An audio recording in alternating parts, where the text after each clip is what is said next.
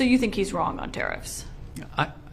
I do think this version of tariff policy that's broad-based, indiscriminate, applies tariffs to friend and foe alike, is not a win for the American people. One argument he's been making lately is that maybe children will have to make do with fewer toys, fewer dolls. The quote that he had yesterday was, "I'm just saying that they don't need to have 30 dolls, they can have 3.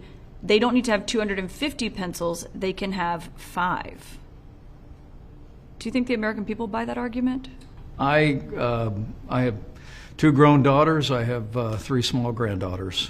And look, keeping dolls affordable, keeping our kids' toys affordable, that really is part of the American dream. I remember recently the Secretary of the Treasury said that cheap goods was not a part of the American dream. Well, I'm somebody who spent almost my entire life in public service. We lived on our paycheck while we raised 3 kids and put 3 kids through college. Cheap goods are a big part of it. And I think we ought to be candid about that.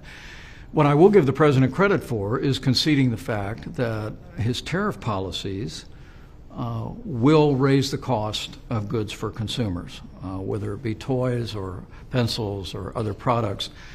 And I appreciate him being forthright about that. I just think the American people but is he being cherish forthright their about freedom that? to cherish their freedom to purchase their goods at the lowest possible cost. And that's not to say that at the end of the day, there are key industries that are important to have here, but I think the way we generate manufacturing jobs, I think the way we generate high-tech jobs, the way we generate the kind of jobs that will serve America's security and prosperity is by making the Trump-Pence tax cuts permanent, rolling back regulation, lowering the cost of energy across the board, and making America the most attractive place in the world to invest and create jobs. Well, and obviously he came into office promising to lower prices. So if prices go up as a result of those policies, is that backtracking on a pretty big campaign promise?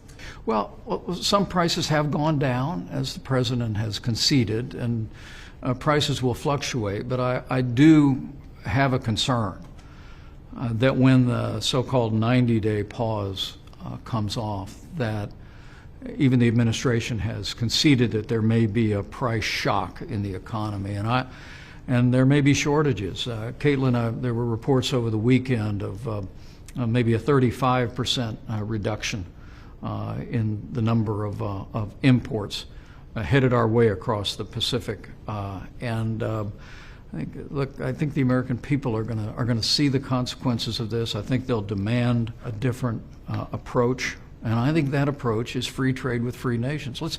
Let's use the leverage, the threat of tariffs, to negotiate down trade barriers with free nations, even while we stand firm with China and others. On the economy, you obviously were serving as vice president the last time President Trump was putting tariffs in place. He's gone much bigger and broader this time, and he seems to be downplaying any concerns that people have about a recession. Instead, he's arguing in the long run his policies will be successful. Do you worry, though, that the tariffs he's putting in place could potentially lead the U.S. into a recession? Well, let me back up for a second and say that I really do believe that President Trump's historic re-election last year was in many respects not just a reflection of a personality, but it was also that what I heard all over the country is that people wanted to get back to the policies of our administration.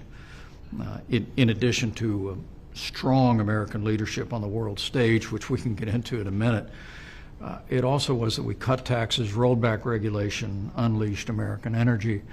But we also used targeted tariffs, particularly against China, after decades of trade abuses and intellectual property theft. We brought China to the table and achieved that 2020 Phase 1 trade deal that was truly historic and was a beginning of changing the dynamic of our relationship with China. So now, as I see this administration, I do have concerns that with the president's call for broad-based tariffs against friend and foe alike, that ultimately the administration is advancing policies that are not targeted at countries that have been abusing our trade relationship, but rather are essentially new industrial policy that will result in inflation, that will harm consumers and ultimately harm the American economy. So again, I want to be clear, when it comes to China, when it comes to decades of trade abuses, my view always is free trade with free nations, that we ought to be engaging our trading partners across the free world to lower trade barriers, lower non-tariff barriers and subsidies.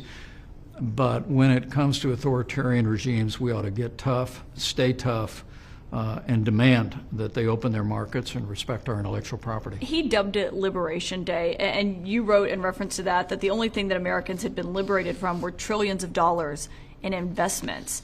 Do you think he understands the impact that it could be having on regular Americans? I think he does. But he's still doing it anyway, in your view? President Trump and I had many long conversations about trade in our 4.5 years. I strongly supported our administration's policies on trade, including the get tough policies with Mexico and Canada that resulted in the United States-Mexico-Canada agreement, the largest trade agreement in U.S. history. But we were well on our way. We'd renegotiated a trade agreement with South Korea. We were well on our way to a new trade agreement with Japan, with the UK, even the EU was in discussions. But it was all based on using his instinct that tariffs serve the American economy to bring our trading partners to the table to open up markets. My concern now is I see the president following more of what I think has been his historic view, that at the end of the day, a certain minimum threshold of tariffs on all goods coming into the country will serve the American public and our economy. Some people believe that.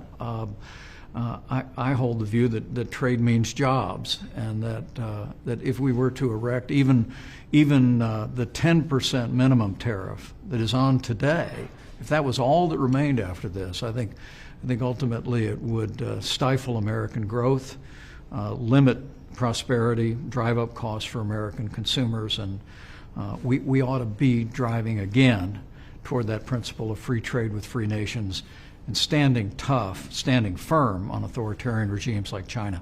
妈妈是我的心肝宝贝，她值得最好的。想帮助提升行动力，养颜美容水嫩透亮，不为妈妈选择石基岩德国胶原蛋白生态。知道妈妈总舍不得买给自己，我来买。希望妈妈轻松有活力又美丽假霸级。现在就上快点购母亲节，石基岩德国胶原蛋白生态宠爱妈妈超值专区，享各项女神好礼，最高双重送，5000加送520元购物金。透过中天新网 App 下单或输入 CTI 推荐码，每单再减50元。